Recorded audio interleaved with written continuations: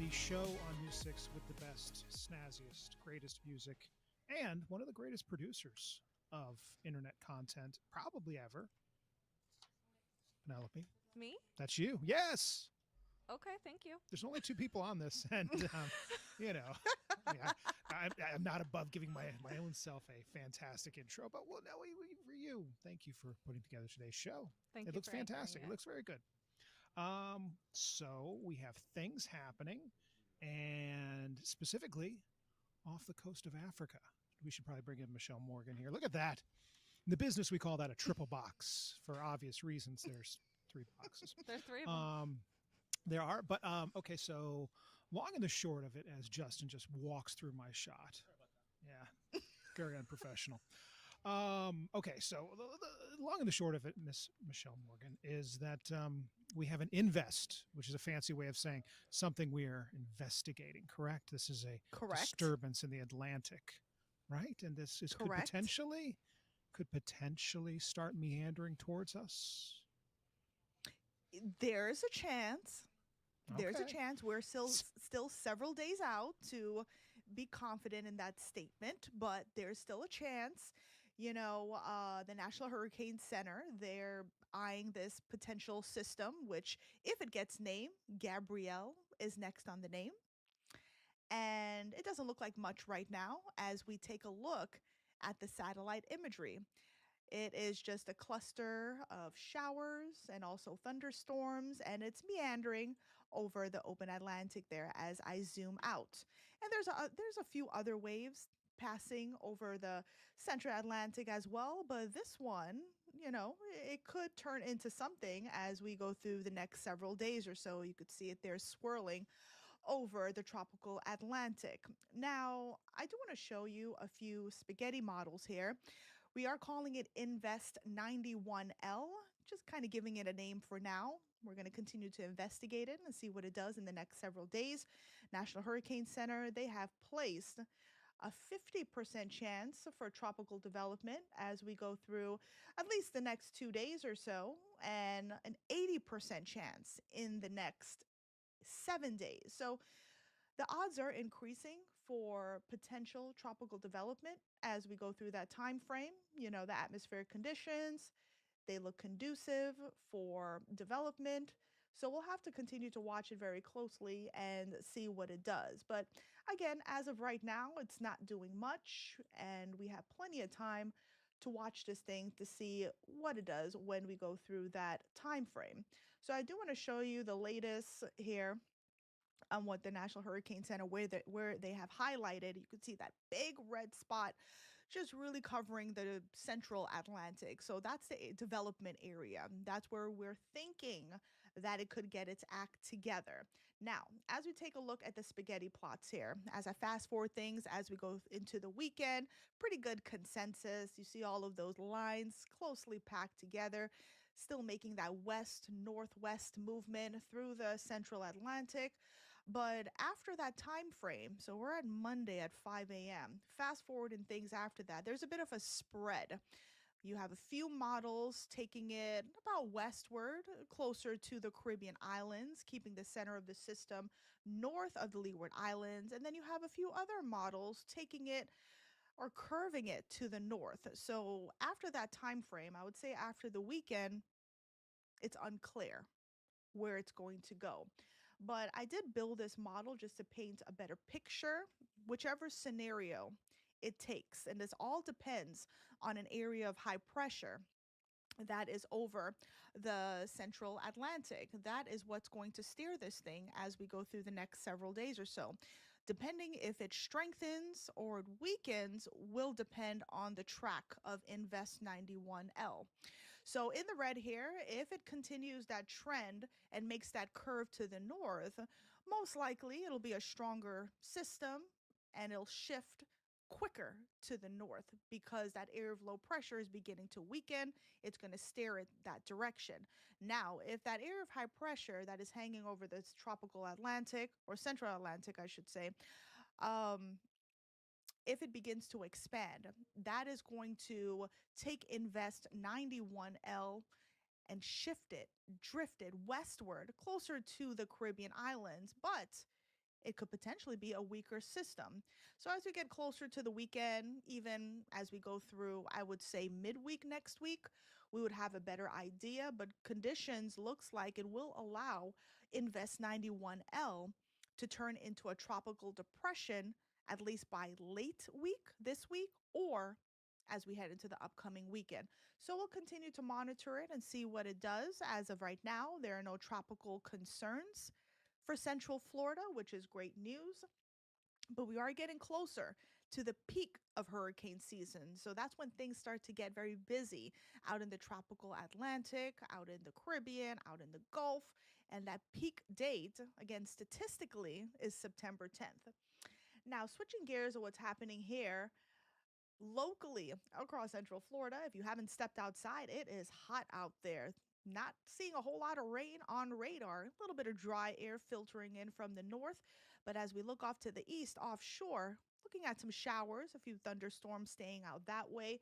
But as we go through today, rain chances will slowly go up between that 30 to 40% range, with a few embedded thunderstorms producing gusty winds up to 40 miles per hour and heavy rain, but it'll be brief.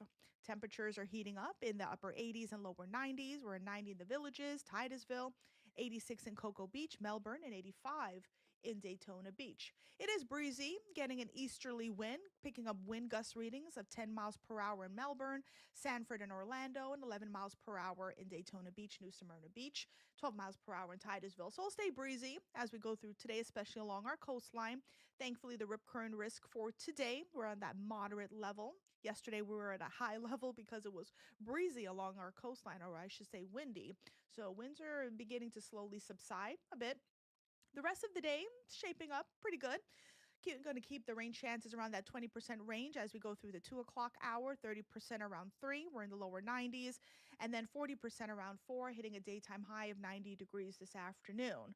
Now, for the rest of Central Florida, we're looking at 87 in Titusville, Cape Canaveral, 90 in Leesburg, 91 in Claremont. So as we take a look at the timing here, as we go through the next several hours, we'll see showers and storms beginning to fire up across Central Florida. Notice how hit or miss they are. This will all be sea breeze driven, and that'll continue through the early evening hours with a few residual showers heading into tonight, potentially over Osceola, parts of Orange, Polk, and Lake counties. Everyone else looking pretty dry.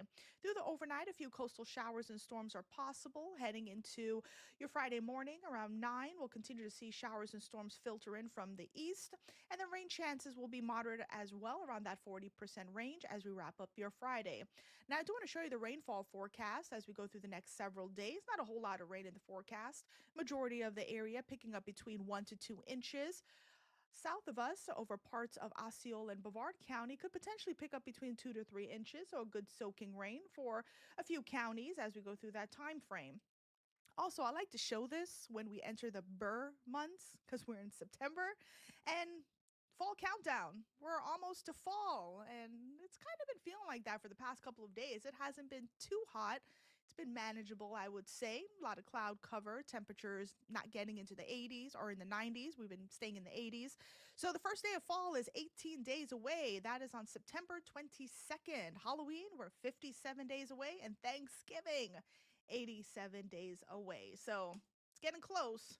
I don't even want to think about Christmas. So here we go. 7-day forecast. 90 today, 92, 40% coverage for rain. 90 tomorrow, 40% coverage. Heading into the weekend, it's going to be hot, humid. Going to stay between that 30 to 40% range. And then rain chances slowly going up on Tuesday to 60% with a high of 89. So I would say not an awful forecast. Not an awful forecast. I'd never heard it referred to as the Burr months. But that's interesting. It's obviously not cold enough in Central Florida Yeah. to refer to them as Burr, like ooh, cold. But October, Well, the November. last 3 letters spell out Burr. Yeah. September, Yep. October. Yep. So that's what I was So, referring to. but it's the first Obviously letters here. of the months that always have bothered me because you have October, which stands for 8, but it's the 10th Yes. month. November, 9. Now it's the 11th month. This is because Julius Caesar and Augustus got months named after them. So that's where we got July and August, which screwed the whole thing up. And then we have the Julian calendar versus the Gregorian calendar, et cetera, et cetera. We keep Thank this you going so any much, longer. I'll Professor. discuss. Yes. Well, thank you. I listen. That's always bothered me. It has always bothered me that I can tell. October You know what bothers me? You know what really grinds my gears? grinds your ears. Let's hear it. Let's hear it. Leap years. Oh, Yeah. Right. Can't That the Earth get its always orbit throws me straight? off. I know. My son was born on February 28th, but it was an odd numbered Oh, year, so it wouldn't have mattered either way. But, yeah, it's one of those things like, do we have 29 months? Do we have 29 days in February? Do we have 28? Huh? Huh? Huh? yep, yep, exactly right. Well, listen, if you come up with a better calendar, we can say to the Julian calendar what we said to the Gregorian calendar, and we'll be like, no, it's the Michelle Morgian calendar. Take can I that. ask that we move on with the Well, show? I will add that to my list to do. Penny, our producer, is ruling with an iron fist. All right, thank you, Michelle. I will move on Thank with the you. show. Thank you. All right, so the big news, obviously, yesterday and on into today is the state deciding that it is going to wind down or attempt to wind down vaccine mandates. When we say vaccine mandates, we're really talking kind of two buckets here. There are the ones that are required for kids to go to school, and then there are private employers, which many of them have different vaccine mandates in place. Think of like nursing homes, hospitals, and even businesses like this sometimes will have mandates in place that employees have to be vaccinated. Well, the state is working to unwind all of those. Some can be done through the state just deciding to do it, the Department of Health, and some will require legislative action. Troy Campbell has the story. With removing all vaccine mandates. I spoke to a doctor who says the decision could be deadly. He is promoting a policy of sickness and death. Do you think this policy could potentially kill children here in Florida? I think this policy has the potential to kill children in Florida and anywhere you see vaccination rates drop. CBS News medical contributor Dr. Celine Gounder says Wednesday's announcement by Florida Surgeon General to eliminate vaccine mandates will affect Florida's most vulnerable. You have some kids who really cannot get vaccinated. Maybe they have cancer or on chemotherapy. They have some other immunocompromising condition, and we protect them through the protection around them. Gounder says despite medical evidence, the topic of vaccines is all too often a political issue. Look, vaccine mandates are why we don't see polio in playgrounds and at the swimming pool or measles in classrooms anymore. And you throw out the vaccines, the vaccine requirements, and you're rolling back decades of progress. Florida Surgeon General Dr. Joseph Ladapo announced Wednesday the decision to receive a vaccine should not be up to the government. Every last one of them is wrong and drips with disdain and slavery. Okay? Who am I as a government or anyone else, or who am I as a man standing here now to tell you what you should put in your body? Currently in Florida, children are required to receive several vaccines, including for polio, measles, chickenpox, and hepatitis B. Kids then typically receive multiple boosters as they age. According to the Academy of Pediatrics, they recommend the RSV vaccine for babies under 18 months and several more for children over 6 months. Who am I to tell you what your child should put in your body? I don't have that right. Your body is a gift from God. What you put into your body is because of your relationship with your body and your God. Florida Congressman Maxwell Frost released a statement calling the move disgusting and adds, quote, "Kids will die." We've also reached out to the school districts in Central Florida, and so far we've heard from Marion, Sumter, and Volusia, who say they will all follow any directive from the state when it comes to vaccines. In Orlando, I'm your community correspondent, Troy Campbell, News 6.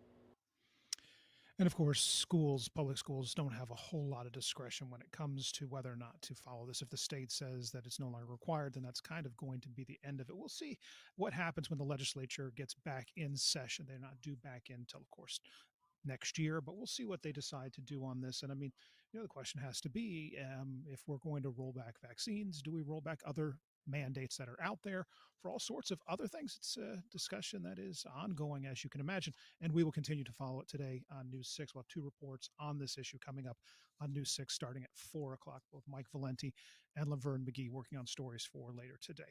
Well, another story we're keeping an eye on is out of Orange County with a former Orange County deputy who is trying to bond out. This is Anthony Shea you're looking at here. He is accused of killing his wife, his estranged wife, a year ago. Um, he's currently in jail and trying to get bond to get out of jail. Now, his wife was also an Orange County deputy. This was started this morning, the bond hearing. There's his late wife. It started around 10 o'clock this morning and has continued all the way up till lunch. They've broken for lunch, and then they're going to come back around 1:30 to continue the hearing. So we do have a reporter at the courthouse, and we'll have an update for you online and, of course, on News 6 starting at 4 o'clock with what the judge decides. Another story we're keeping an eye on is, you may remember a couple of weeks ago, the Howard Johnson Motel along I Drive, just kind of south of Orlando, shut down rather suddenly. And a lot of people who were staying there were actually living there. Several of our motels in this area are extended stay, for lack of a better term. And extended can mean a week, can mean months. Some of these people had been living there for quite a long time and suddenly found themselves with no place to go.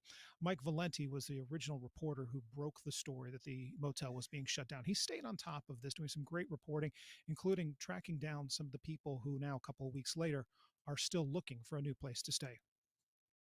Are you worried that you may be thrown out of this area? We will be eventually, yeah. Why do you say that? We can only stay somewhere so long. We first met Travis Weand last month as he and his partner Nicole were staring at an uncertain future. The place they had called home for the last 6 months was shutting down due to safety concerns. Travis thought he might have a job opportunity lined up at an extended stay in Cocoa Beach. It would mean they'd have a place to live, but that too fell through. What did that feel like when they told you no? Like everything came crashing down again. Like we knew we were going to lose everything again. So with their 3 dogs, they made the trek back to Orlando and are now here in a parking lot with a tarp to keep their things dry. How would you describe your situation to people watching? Extremely desperate. I can't get a job, can't get a room. Well, I can't get a job because I don't have a room to get a shower to go to interviews. Over the weekend, an ambulance rushed Nicole to the hospital. Her blood sugar spiked because she has no way of properly storing her insulin. She called Travis Wednesday. Where will you go once you get out? Right there with Travis. She's going to end up going back. Why do you think she's going to end up going back? Same reasons. I can't keep her insulin cold. She can't take it. Are you comfortable telling me how much money you have on you right now? $3. The little money he does make from donating plasma does not last long. It goes to taking care of my boys. When my wife is here, it goes to her. Ever since the Howard Johnson closed, it all went downhill. Today, the Howard Johnson sits empty, fenced off, preventing anyone from getting onto the property. Not that Travis would even want to. He says that he has a hard time even walking by this area. You were saying it's too painful to go back? Yeah. Why is that? It was our home. You liked it there? Yep, we did. When we were at the Howard Johnson last month, we saw homeless service providers connecting with tenants to try to get them into other extended stays or shelters. But Travis and a handful of others told News 6 they had trouble getting the same help because their IDs do not show proof of Orange County residency. We wanted to get clarity on the criteria for this type of assistance, but an email to the Coalition for the Homeless of Central Florida was not returned as of Wednesday afternoon. I'm your Orlando community correspondent, Mike Valenti, News 6. And again, great reporting by Mike there to shine a light on what goes on in our community that we don't often like to talk about. We don't often like to think about the fact that we do have a lot of people, neighbors, that are, one paycheck, one motel closing away from being on the street. So good reporting there. Obviously, he will stay on top of that, and you can count on News 6 to follow this as it continues. All right, we'll take a quick break. We'll be back with Powerball and other mischief. See you then.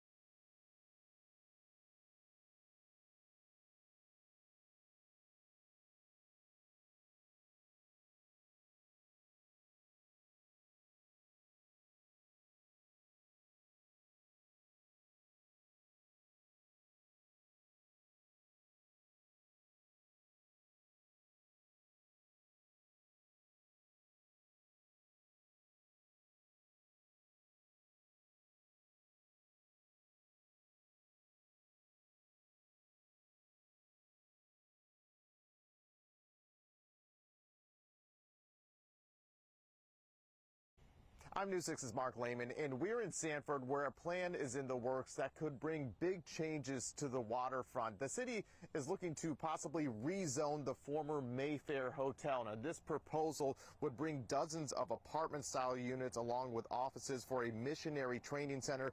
It's something that could breathe new life into this historic building that's been empty for nearly a decade. It really tells a great story of Sanford. Brigitte Stevenson is the curator of the Sanford Museum, which has a lot of history on the century-old landmark known as the Mayfair. Designing this beautiful hotel to be right on that river so everybody can kind of see the beauty of kind of Florida's natural environment was a huge boon to Sanford. The three-story hotel changed hands several times over the decades. It was owned by the New York Giants Major League Baseball team, served as the Sanford Naval Academy, and was headquarters for a missionary group until 2016. It's always been kind of a strange building in that sense of that it has been so many different things, so it's very hard to kind of like pin what exactly it is. The building has been vacant for nearly 10 years after plans to reestablish a hotel fell through during COVID. Now there could be a new chapter. On Thursday, the city is considering a plan to rezone the property. A beautiful hotel over the years, but it's been underutilized for many, many years. It'd be nice to see something happening. The mixed-use development would be for 46 multifamily units and office space for a proposed missionary training center. People living in the area say they'd like to see the building revitalized as long as history is preserved. Now, the city will have to consider a few things with this proposal. One is if it aligns with plans for downtown revitalization, and another is the potential for the property to be tax exempt. As Mark Lehman reporting there, I was actually doing a little bit of research, Penny, as we were in that story about this property, because we have an article up on our website about it being one of the haunted places. I was going to ask, do you think it's haunted? I think it's haunted. It looks kind of haunted. That's not one of those things I usually, how to say this nice. I don't think ghosts are real. Just don't really believe in haunting. My wife does. Oh boy, does she. But not me. So does it look haunted? Yeah, it looks spooky. Like if you rolled up on it and saw a van with a bunch of teenagers and a talking dog trying to solve a caper, it would add up. It would add up. You'd be like, this seems like the kind of place where old man Crockett's trying to scare people off. Yeah, I could see that. I think that for me, a place being haunted is more about the general vibes and presentation than it is about whether or not there's a ghost. Because things can be haunted by so many memories. Kind of a creepy vibe. Because even if it's like, even if they're not actively ghosts in a house, but you're told someone died in that house is going to feel different to you. It doesn't matter if a ghost is really there or not.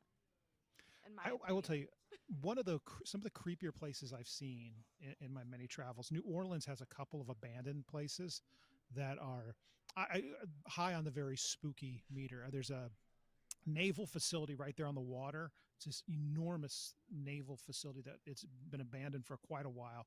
It's creepy. And then they've got a hospital downtown that got shut down during Katrina and just never reopened. And it is this big building. Same thing. It's just spooky. Spooky. A lot of people would say New Orleans is very haunted. Yeah, well, that's where Anne Rice wrote Interview with the Vampire. Mm-hmm. And if we learned anything about New Orleans, it's a good place to interview a vampire. Thank you. And other things. And beignets. Beignets, Mardi Gras, vampires. Come see New Orleans. All righty. Hey, you know what we could do to see? We could go see New Orleans with all kinds of money if we won the Powerball. How's that for a transition? That works. That was a transition. Okay, so the Powerball is $1.7 billion now. Mm-hmm. Nobody won it again. So the money rolls over. And Powerball fever is sweeping America. Stephanie Rodriguez has the report. If someone finally matches all 6 numbers during the next Powerball drawing, they'll be able to take home $770 million. Now, that's, of course, if they take the lump sum option. There's also an annuity option to get payments, but the odds you'll get to choose between those two are very, very slim. It's 1 in 292.2 million to be exact. This is not only the 3rd largest jackpot in U.S. lottery history, it's also tied the game's record for most consecutive drawings without a jackpot winner, with Saturday's drawing being the 42nd since the jackpot was last won back in May. As the Powerball frenzy continues, people across the country lined up to get in on the action. I have no expectations at all, and very rarely ever play the lottery, only when it gets this big. My uncle told me literally like 15 minutes ago to go buy a ticket. I never played, so I'm just going to try it out today. People in front of me, people in behind me, all, felt good vibes from them too. So I think somebody's going to win it from this store, but I hope it's me. Despite there being no jackpot winner during Wednesday's drawing, 11 tickets won $1 million prizes, and one of those was sold right here in Florida. There were also 117 that won $50,000 and 36 that won $100,000, so make sure to check your tickets. You can buy your Powerball ticket right now through Saturday night, and then you can watch the Powerball drawing right here on WKMG during the news at 11 o'clock. Reporting in Seminole County, Stephanie Rodriguez, News 6. All right, Penny, you said you would buy a house if you won the lottery. Of course, the lottery's gone up. You could buy 2 houses now. I could, but the more I think about it, I actually don't know what I would physically do with like $700,000. I don't know if I could. I mean, I'm sure I could blow that money and I could spend it on a whole bunch of stuff, but like I can't even fathom. You ever seen the movie Brewster's Millions? John Candy, Richard Pryor. It's like in 1980s. He basically, the premise is he finds out he's got an uncle he's never met. The guy dies, and he finds out that he's been left all this money, and there's a catch. Like, you can have a chunk of the money now, and that's it, or you can have the whole fortune. But the catch is, if we give you the whole fortune, we're going to give you $1 million. You've got like a week or something to spend the $1 million, and you have to blow it. Like, you have to absolutely blow it. You can't like go out and buy a car because that's an asset. You can't give it all away. You've got to literally blow $1 million. And it's Richard Pryor goes through all these contortions to try and just spend the money with nothing to show for it at the end of it. And from renting a very nice apartment and having it refurbished to bringing in the New York Yankees to play his minor league baseball team. It's a good movie. Go check that out. I'm a very big John Candy fan, so I will go and check that out. There you go. This show has devolved since I took over hosting it to just me recommending movies I've seen. Like, I think Kathleen's got like 19 films at this point that I've told her she needs to go check out. And one day she might. She won't. She absolutely won't. She's off this whole week, and she's definitely not checking out any of the wonderful films that I've recommended. And shame on her. Shame on her. If you're watching, Kathleen, shame. Shame. Okay, that's it for our time. My script, courtesy of Penny, says, say goodbye, mention the drawing is on our air. Well, the drawing is on our air. Saturday night. We'll be drawing. It this time. She's kind enough to write on here. Say hello, greet the people. No, I'm not. Okay. Anyway, thank you. Thank you, Penny. Thank you. Thank you, Penny. Thank you, Michelle. And thank you for watching. We'll be back here tomorrow at 12:30 for another News 6 Extra. And of course, we break news all the time online on clickorlando.com. And we'll be on the air today starting at 4 o'clock for News 6. So we'll see you then. Otherwise, I'll see you back here tomorrow. Have a good day. Bye.